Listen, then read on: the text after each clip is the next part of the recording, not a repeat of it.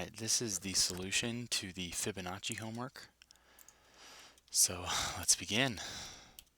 So I'm just using the template that I gave. This is the comments that I added to my code when I wrote this originally. So I'm going to rewrite it with just using the comments that I have here as my guide. So first thing, I'm going to import some modules so we can get some extra functionality. So I know that I'm probably going to want to use OS and sys. Okay, so those are the two common ones that I use most often. So often I don't import them until I know I need them, but I know right now that I'm going to need them. So that's what I'm doing. So first thing, I'm going to clear the screen because I like clean output. Alright, then we are going to ask for the option they would prefer, the nth number or the number less than or equal to n. So I'm just going to call that option, and we want to get the raw input, so we'll ask. So I'm going to put a new line there. So what is your preference? And then a new line, and I'm going to put the first option to be nth oh boy. There we go. Number. Then another new line, and the second option. And notice how I don't put a space there. If I were to put a space here, it would print a space on that new line. We don't want that.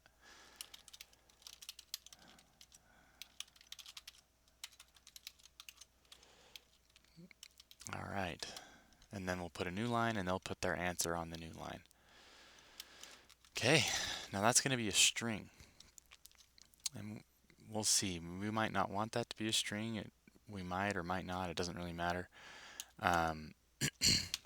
So first we're going to check to see if we recognize their choice. So we'll see if option equals 1 or option equals 2. So what we could do is, since this is a string, we could just say if option equals 1 or option equals 2. But we'll see in later lessons why it might be a good idea to try and make that an int. Because we're going to find out as soon as they give us our option, their option, whether or not it's a valid option or not. So we're going to just do that. Then we ask for the n. So we'll say we'll store their response in n. We're going to ask again. Let's see.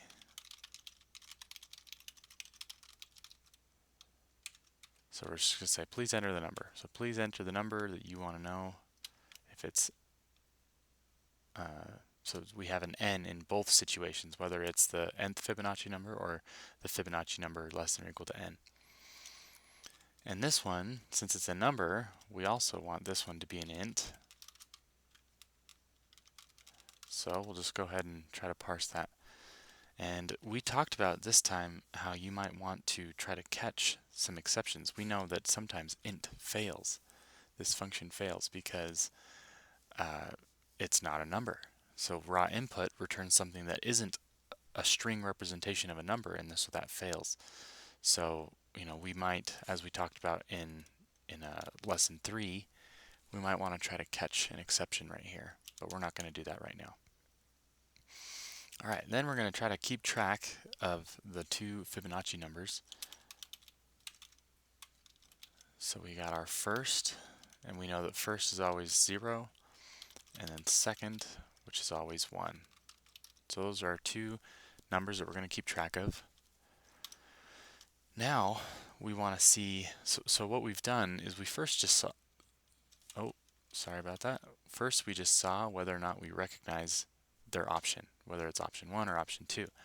Now we need to figure out if they wanted, now we need to do the separate logic for option 1 here, and then later on we'll do the option 2 here.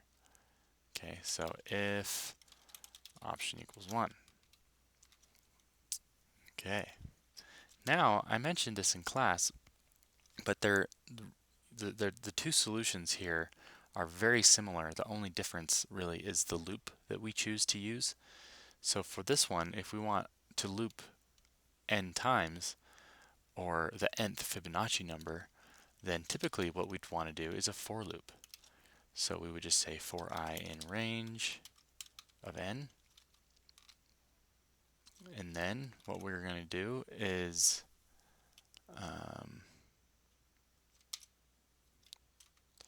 first thing I want to print out first, because we're just going to print out the Fibonacci numbers as they come.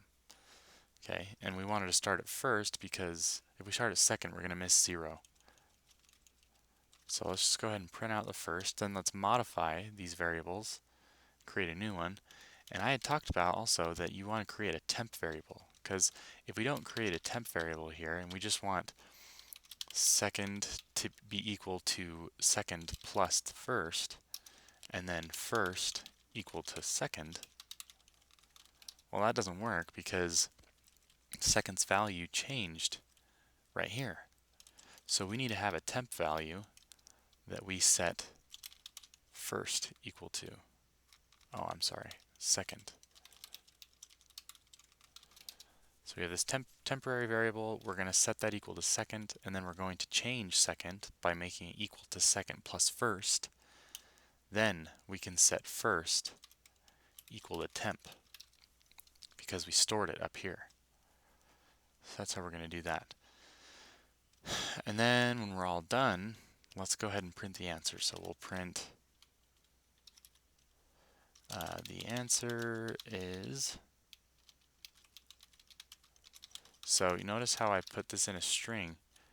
I had to because we have this plus operator here, and since this is a string, this must also be a string. You can't concatenate strings and numbers. So we had to turn that into a string. Let's see. All right, so that should do it for that one. Let's just run it and see if that works. So let's see.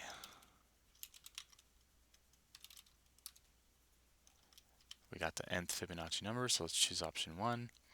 Let's say that we want the 7th Fibonacci number. The answer is 13. So you notice how it printed out all of those numbers, and since it was just printing out the first each time, that's what we printed out. But notice how in our condition right here, we are going to loop over n times. So this portion is only n minus 1 because we did the first. We're printing out the first right here instead of printing out the second.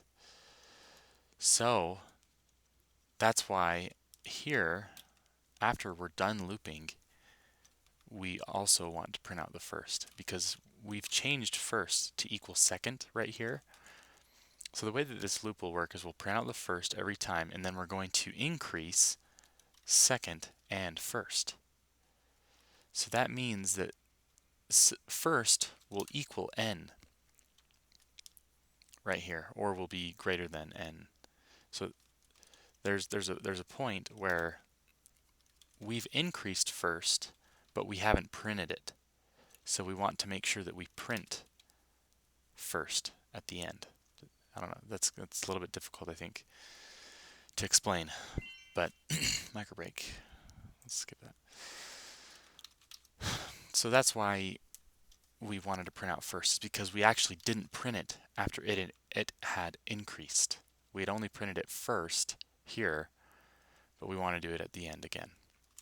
So anyway, if that's still confusing and you need help with that, let me know. So now we're going to see if option equals 2. And we'll do the same stuff. So now we say for option 2, look at the keyword that I put here, loop while we are less than or equal to n. So that should give you a hint as to what kind of loop we're going to use. So we're going to use a while loop.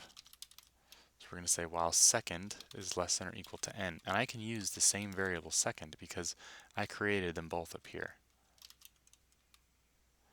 And I should probably, it's impossible for it to be option 1 and option 2, but just to be safe, it's good to make this all part of the same block. If I left that L off, this is just a brand new block. Do you see that? So this is one, oh, this is one block right here, and this would be the second block. Okay, so it'd be better for me to put an L there to make it part of the same block. So we're going to loop while second is less than or equal to n. And the reason why we chose second and not first is so that it just matches the same code that we got to use here. So we can just copy this actually. And then we can print out the answer, and that line is actually the same as well. So you can see how maybe it would have been a good idea. We talked about functions in this week's lesson. So you can see how this is some shared code. So maybe it would have been good to put this in a function, because all that code is being duplicated. And whenever you're duplicating code, that is the perfect solution. The perfect solution to that is a function. So it would have been good for us to do that. So I'm not going to do it here because we haven't talked about it in the Fibonacci homework. But you can imagine how you could have made this code a little bit cleaner if you would have used a function. Okay. So we said up here, if we recognize option 1 or option 2, we should do all this stuff. What if we don't recognize it? Maybe we should have an else here. And then just print out, I don't know, something like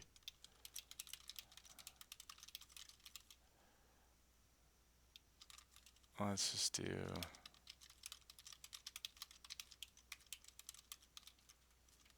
we'll just print that out.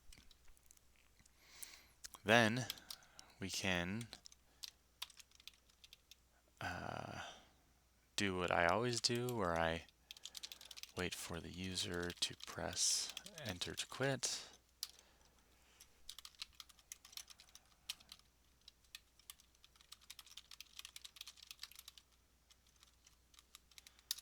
And then clear the screen.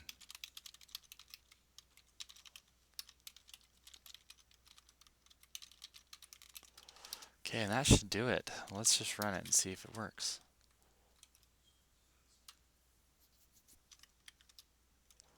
So we want to see, we chose option 2, so we're going to see the last Fibonacci number less than or equal to n. So let's say the last Fibonacci number less than or equal to 30. All right, the answer is 21. And is that right? So if we look here, we'll see we have 0, 1, 1, 2, 3, 5, 8, 13. And if we do 8 plus 13, we get 21. And if we do 21 plus 13, that's over 30. So yes, 21 is the last Fibonacci number less than or equal to 30. So there we go. We've got our nth Fibonacci number and last Fibonacci number less than or equal to n.